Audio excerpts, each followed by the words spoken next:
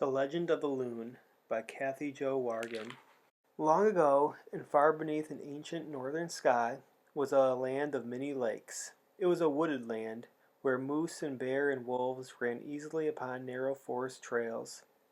In this place, when summer was soft and quiet, twilight soaked the pines and cedars, bending their reflections into loose forms upon the water.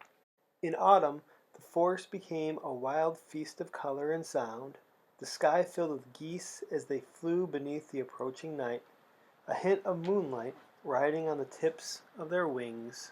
In winter, it was a land of frost and mist.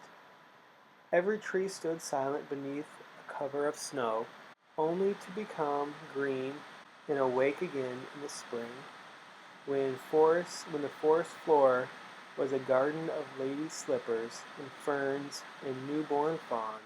In this land of water and wood was a sky-blue lake lined with stone cliffs.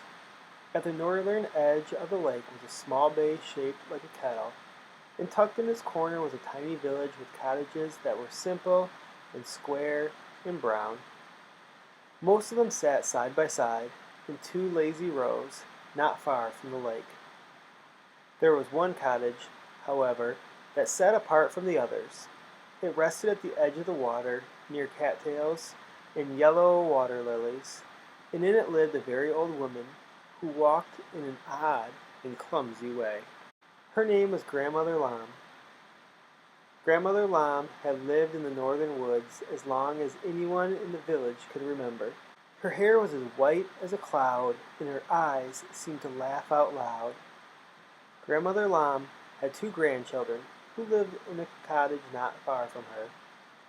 They loved her very much, and they visited her every day. Every morning the three of them walked through the forest picking blueberries and raspberries. The old woman was very slow and awkward, but she knew every trail and path by heart. As they walked, Grandmother Lamb taught them how to discover marvelous faces in the knots and cracks and shadows of white birch and jack pine trees, and said finding faces in trees makes you believe that everything in the forest is alive and watching you. And when the sun was high and warm, they would all hold hands and dance around in a circle. Grandmother Lamb said the wind in the aspen trees and the sound of sparrows was the music of nature. The children agreed.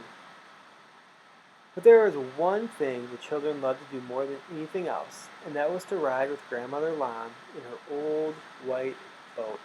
She always rowed slowly so the children could dip their fingertips into the ripples, where the moving water felt silky, like the wings of a new moth. When they reached the edge of the shallow bay, which was as far as Grandmother Lamb said was safe to go, she would plop her hand into the water and scoop up sunfish or walleye for dinner. The children thought Grandmother Lamb was magic. Most of them returned home just as the sky was dimming. Crickets were chirping. Grandmother Lamb would place large stones in a circle at the water's edge and build a fire out of sticks and logs so they could warm themselves. On one such night, the children sat close to her and asked many questions. "Where did you come from, Grandmother Lamb?" The old woman smiled and said in a whisper, "I am the daughter of the lakes. Lakes, the daughter of woods. Woods, the daughter of wilderness.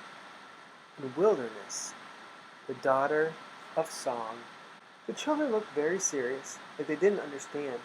So Grandmother Lamb went on to explain, "My little ones, that means the grandmothers of 1,000 years live in us, and we live in them. They are the spirit of the wilderness, and it is their love and strength we carry in our dream soul." The children leaned closer. "Dream soul? What is a dream soul?" they asked.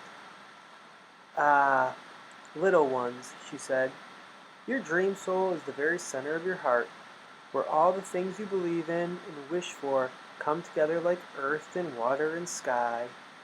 It is where all the beautiful things you love stay forever and ever."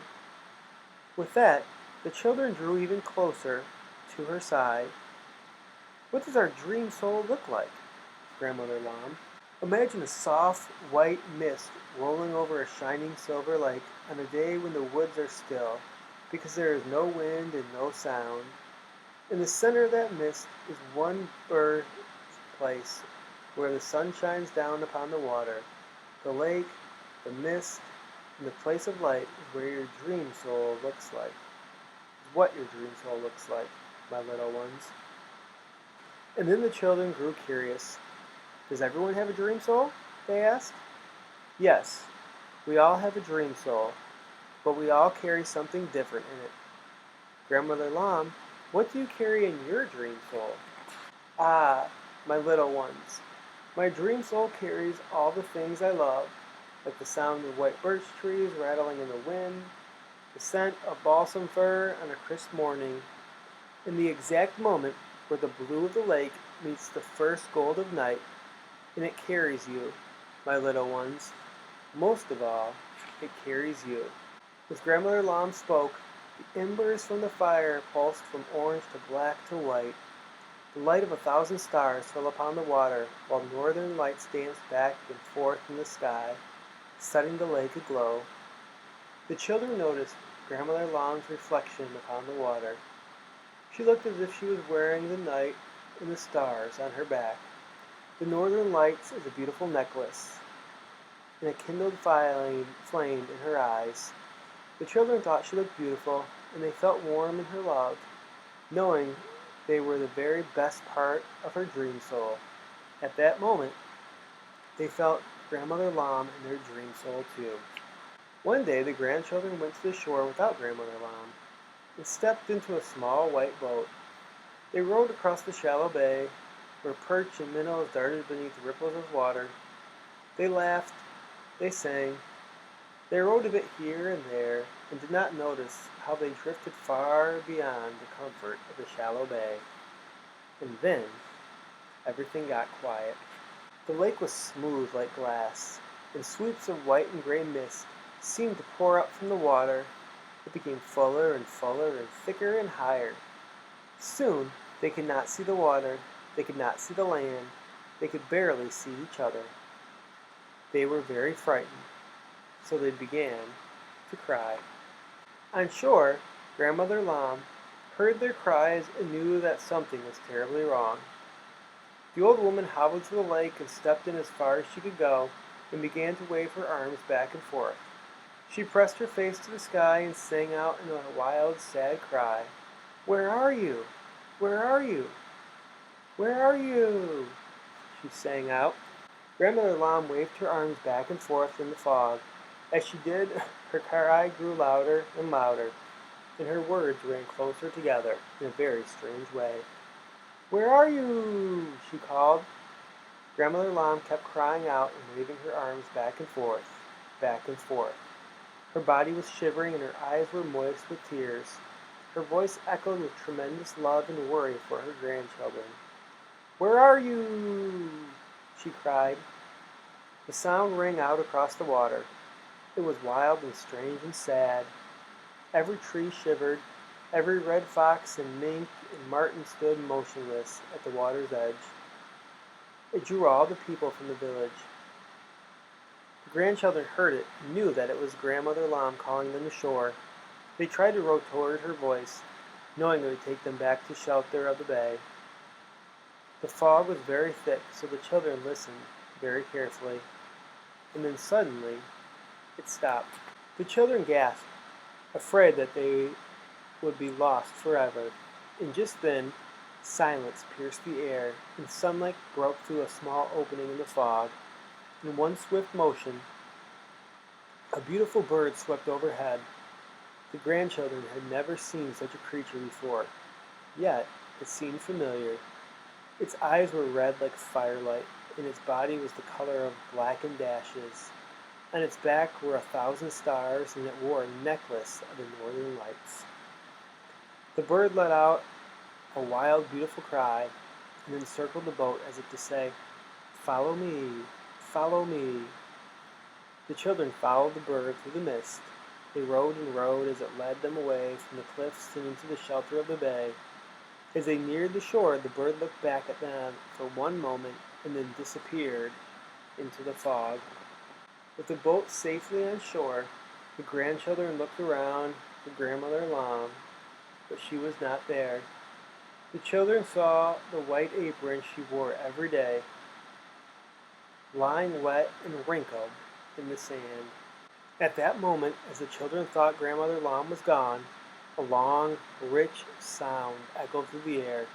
It sailed across the water and deep into the center of every living creature and person of the forest. Like magic, it came from the wonderful creature who had saved their lives. It came from Grandmother Lam. And there she was in the mist, a dark, gentle bird, floating softly upon the water, while birch trees rattled in the wind, and the air smelled of balsam fir. Everyone listened to her song with a great joy in their hearts, because Grandmother Lam was calling out to the grandchildren she loved so much, letting them know they will be part of her dream soul forever. And always, her song remains the sound of a wonderful and magical love, the echo of our dream souls, where all that we wish for, and all that we believe in, and all that we love is able to stay forever and ever.